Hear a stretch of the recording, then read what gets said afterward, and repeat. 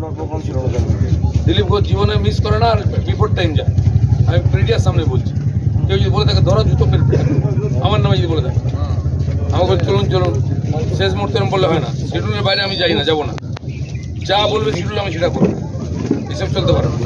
Minister এসছেন, তার জন্য আলাদা প্রোগ্রাম আছে, আমার আলাদা প্রোগ্রাম আছে। হ্যাঁ, যা হচ্ছে আর কাজ নেই নাকি?